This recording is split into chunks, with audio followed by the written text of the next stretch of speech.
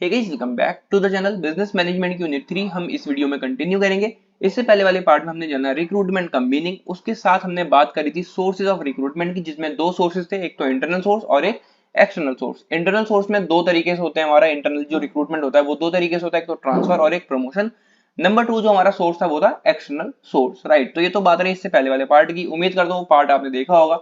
अगर आपने वो पार्ट नहीं देखा या फिर कोई भी टॉपिक कोई भी वीडियो आपका मिस हो गया है बिजनेस मैनेजमेंट का, तो प्लेलिस्ट बनी हुई है, वहां से जाके आप उनको देख सकते हैं। जैसे कि मैंने इससे पहले वाले पार्ट में आपसे कहा कि अगली वीडियो में हम जानेंगे इंटरनल सोर्स और एक्सटर्नल सोर्स दोनों के ही एडवांटेजेस और डिसएडवांटेजेस। तो ये रही वो वीडियो। जल्दी से पेन और कॉपी लेके बैठ जाओ, खुद के नोट्स बनाना शुरू कर दो, पढ़ना और समझना शुरू करते हैं advantages and disadvantages of internal and external source of recruitment. एक बार फिर से रिवाइज कर लेते हैं इंटरनल सोर्स ऑफ रिक्रूटमेंट में क्या होता है। मैंने आपको एक बैंक के एग्जांपल से समझाया था। मान लो एक पर्सन है जिसकी जॉब लगी है बैंक में एज अ क्लर्क, ठीक है। तो इंटरनली रिक्रूट होने के बाद यानी कि ट्रांसफर या फिर प्रमोशन होने के बाद अगर उसकी पोस्ट बढ़ जाती है, मतलब क्लर्क से वो प्रोबेशनरी ऑफिसर बन जाता है या फिर उसके बाद वो सीनियर प्रोबेशनरी ऑफिसर बन जाता है, राइट। तो अगर उसका प्रमोशन हो जाता है तो वो इंटरनली रिक्रूट हुआ है, यानी कि वो जो रिक्रूटमेंट हुआ है वो इंटरनल सोर्स से हुआ है। तो उसके क्या फायदे हैं? नंबर 1 है it increase the moral of employees. तो ये इंटरनल सोर्स ऑफ रिक्रूटमेंट जो है एम्प्लॉय का मोरल इंक्रीज करने में या फिर उनके मोरल को बढ़ाने में हेल्प करता है। कैसे? मान लो कि एम्प्लॉय जो एक बैंक में काम कर रहा है फिर किसी भी बिजनेस में काम कर रहा है एक छोटी पोस्ट पर, तो उसका जो मोरल है वो थोड़ा सा हाई रहेगा, ये सोचकर कि उसको आगे और मौके मिल सकते हैं, वो आगे और ज्यादा अच्छा कर सकता है, वो अपना लेवल इंक्रीज कर सकता है। तो ये सोच के उसका मोरल बढ़ेगा। जब उसका मोरल इंक्रीज होगा तो वो आगे करने के लिए भी ट्राई करेगा, मतलब कि अपने प्रमोशन के लिए वो ट्राई करेगा, अपने ट्रांसफर के लिए वो ट्राई करेगा। तो इंटरनली रिक्रूटमेंट से ये बेनिफिट होता है। तो एम्प्लॉय यहाँ से अपना एक लेवल पर वो अटके नहीं रहेंगे, वो आगे भी बढ़ सकते हैं, राइट। आगे है it improves the quality of selection as the organization knows the strength and weakness of the employee। तो इंटरनल सोर्स ऑफ रिक्रूटमेंट में जैसे कि मैंने आपको बताया कि एक पर्सन जो उस ऑर्गेनाइजेशन के अंदर है या फिर उस पर्टिकुलर जगह पर है वो और आगे बढ़ सकता है। तो इससे क्या होगा, जो सिलेक्शन की क्वालिटी है उस बिजनेस के अंदर या फिर उस जिस भी जगह पर वो एम्प्लॉय वर्क कर रहे हैं वो क्वालिटी काफी ज्यादा इंप्रूव हो जाती है, क्योंकि जो वहां पर मैनेजर होगा, जो अपर लेवल पर होगा, जो उनको आगे बढ़ाएगा, प्रमोशन करेगा, ट्रांसफर करेगा, उनको अपने एम्प्लॉयज की हर एक क्वालिटी के बारे में पता होगा, उनकी स्ट्रेंथ के बारे में उनको पता होगा, वीकनेस के बारे में पता होगा। तो उससे क्या होगा, जो सिलेक्शन की क्वालिटी होगी वो अपने आप काफी ज्यादा इंक्रीज हो जाएगी, क्योंकि वो जो इंटरनली रिक्रूट करेंगे वो उनकी स्ट्रेंथ और वीकनेसेस को देखते हुए ही करेंगे, राइट। आगे है internal source of recruitment promotes loyalty among employees as this gives job security and advancement opportunity to employees। तो जब एक एम्प्लॉय एक जगह पर काम कर रहा होता है उसको कुछ चीजें मिल जाती है, जैसे कि एक जॉब सिक्योरिटी हो गई, एक एडवांसमेंट अपॉर्चुनिटी हो गई कि वो आगे और अच्छा कर सकता है, उसको कुछ इंसेंटिव्स मिल सकते हैं, उसको फायदे हो सकते हैं। तो वहां पर जो एम्प्लॉय होगा वो अपनी लॉयल्टी दिखाएगा, ठीक है। वहां पर जो एम्प्लॉयज होंगे वो लॉयल्टी दिखाएंगे, एक बहुत अच्छा एनवायरनमेंट वो बना के देंगे उस पर्टिकुलर जगह पर जहां पर वो काम कर रहे हैं, जब उनको कुछ चीजें मिल जाती हैं।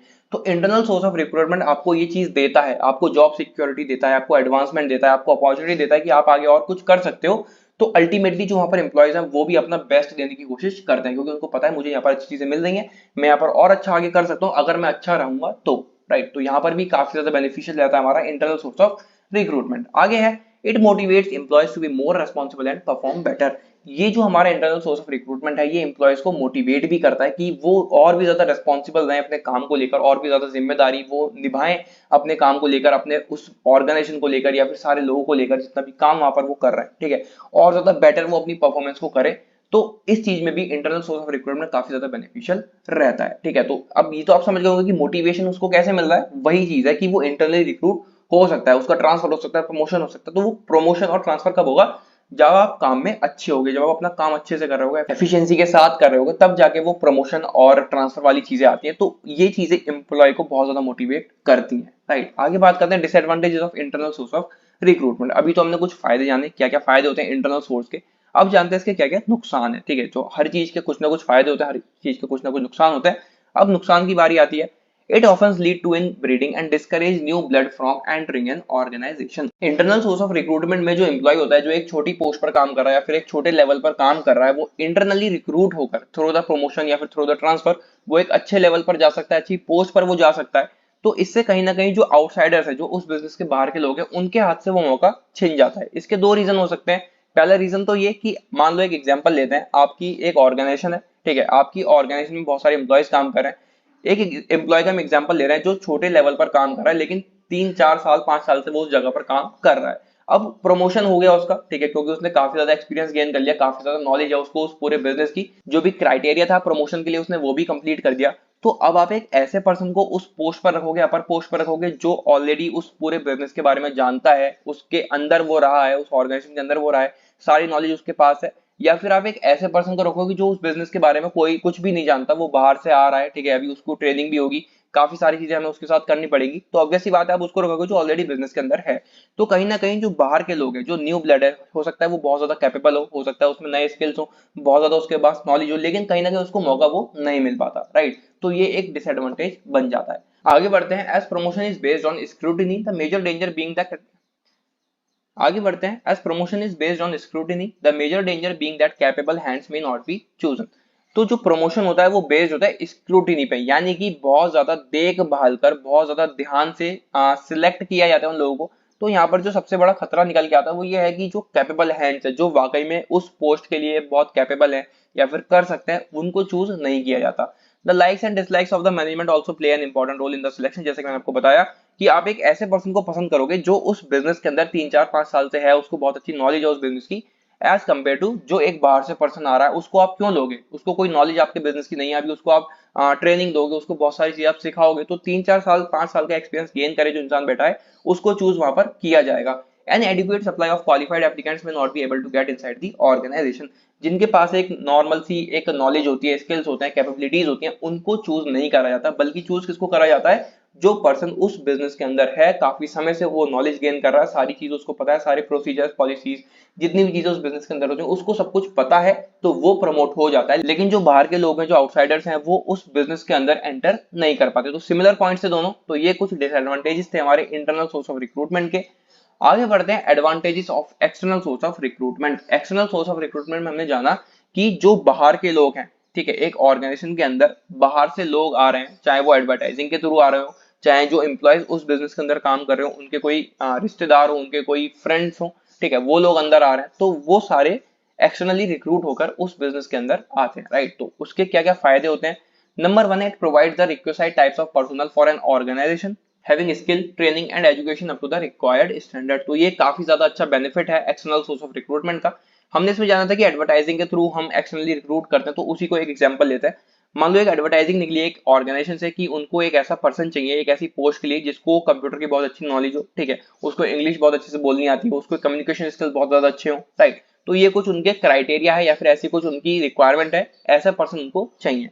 अब उस एडवर्टाइजिंग को देखने के बाद ऐसे लोग जो कंप्यूटर में एक्सपर्ट होंगे, जिनको इंग्लिश आती होगी बहुत अच्छे से बोलनी, जिनको कम्युनिकेशन स्किल्स आते होंगे, वो उस एप्लीकेशन को भरेंगे और सबमिट कर देंगे, ठीक है।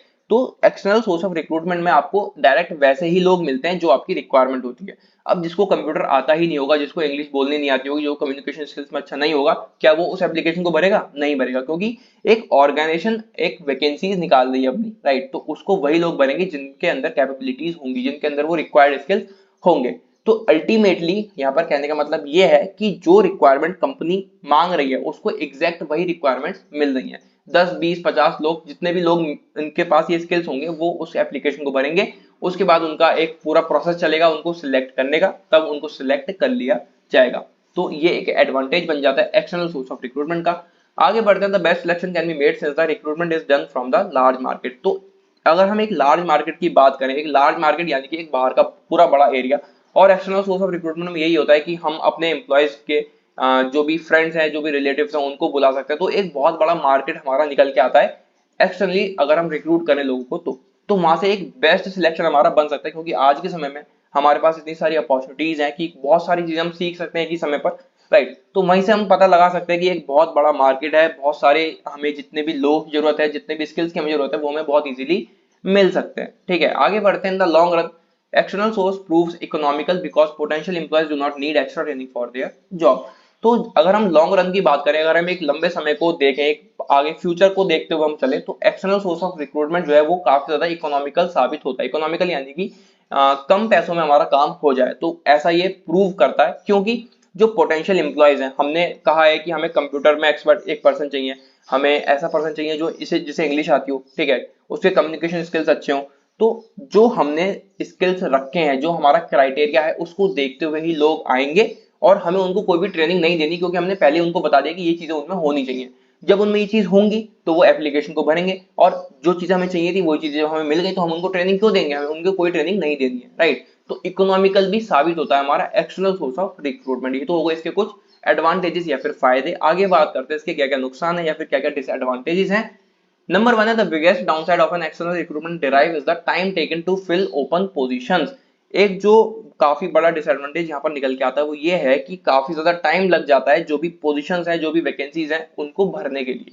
ठीक है, टाइम लगता है क्योंकि बाहर से लोग आने वाले हैं, उनके बारे में आप कुछ भी नहीं जानते, आपके साथ उनके कुछ भी ऐसे रिलेशंस नहीं है, ठीक है, बिल्कुल स्ट्रेंजर वो आपके लिए है। उनको आपके बिजनेस को समझने में बहुत ज्यादा समय लगेगा, उस एक पर्टिकुलर जगह को समझने में बहुत ज्यादा समय लगेगा। Recruiters receive hundreds of resumes for every open position and screening them takes up a lot of time।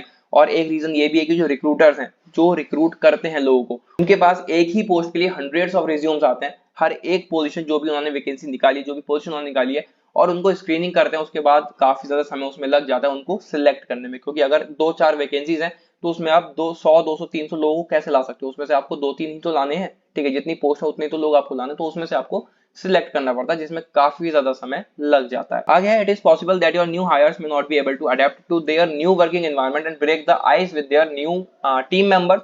ऐसा भी हो सकता है कि जो आपने पर्सन हायर किए हैं, जो आपने एक्सटर्नली रिक्रूट करे हैं, हो सकता है वो आपके एनवायरनमेंट में अडेप्ट ना कर पाए अपने आप को, ठीक है, जो आपकी पूरी वर्किंग एनवायरनमेंट है, जो आपके प्रोसीजर्स है, जो आपके रूल्स हैं उस पर्टिकुलर जगह के, उसमें वो अपने आप को अडेप्ट ना कर पाए, वो फॉलो ना कर पाए वो सारी चीजें, ठीक है, और अपने टीम मेंबर के साथ जो एफिशिएंसी आपको चाहिए वो ना दे पाए वो सारे लोग जो बाहर से हायर किए गए। When recruiters fail to hire a culture fit, new hires often leave the job and need to be replaced, requiring recruiters to hunt for new candidates। तो अगर ऐसी कंडीशन आती है कि रिक्रूटर ने जो लोग रिक्रूट करे हैं वो वहां पर फिट नहीं बैठ रहे, तो एफिशिएंसी आपको चाहिए थी वो एफिशिएंसी वो दे नहीं पा रहे, तो आप इस कंडीशन में क्या करोगे, आपको उन सभी लोगों को निकालना पड़ेगा जो उस जगह पर फिट नहीं बैठ रहे हैं, जो काम नहीं कर पा रहे, जो रूल्स रेगुलेशंस को फॉलो नहीं कर पा रहे, और उनको चेंज करके आपको दूसरे लोगों को लाना पड़ेगा। फिर से एक पूरा प्रोसेस चलेगा, आप एप्लीकेशन निकालोगे उस पोजीशन के लिए, फिर वो भरेंगे, बहुत सारे रिज्यूमेस आपके पास आएंगे, ठीक है, उन सब लोगों को आप बुलाओगे, उसमें से आप सिलेक्ट करोगे, फिर भी अगर वो फिट नहीं बैठते तो आपको फिर से वो रिप्लेस करना पड़ेगा। तो एक काफी ज्यादा लंबा प्रोसेस ये हमारा बैठ जाता है एक्सटर्नल सोर्स ऑफ रिक्रूटमेंट का, राइट। तो यही इसके कुछ डिसएडवांटेज बन जाते हैं। तो ये थे कुछ disadvantages external source of recruitment के, हमने एडवांटेजेस जाने एक्सटर्नल सोर्स ऑफ रिक्रूटमेंट के, हमने फायदे नुकसान दोनों चीजें जानी इंटरनल सोर्स ऑफ रिक्रूटमेंट की। इस वीडियो में बस इतना ही, से आगे के टॉपिक्स हम आने वाली वीडियोस में कवर करेंगे। आने वाली वीडियोस के लिए चैनल को सब्सक्राइब करें। मिलते हैं अगली वीडियो में, till then take care and bye bye and all the very best for your exams. एक लास्ट बात, अगर आपने अब तक टेलीग्राम चैनल ज्वाइन नहीं करा तो उसको जाके ज्वाइन कर लो, डिस्क्रिप्शन में लिंक है, वहां पर नोट्स आपको बिल्कुल फ्री में अवेलेबल हो जाएंगे। Bye bye.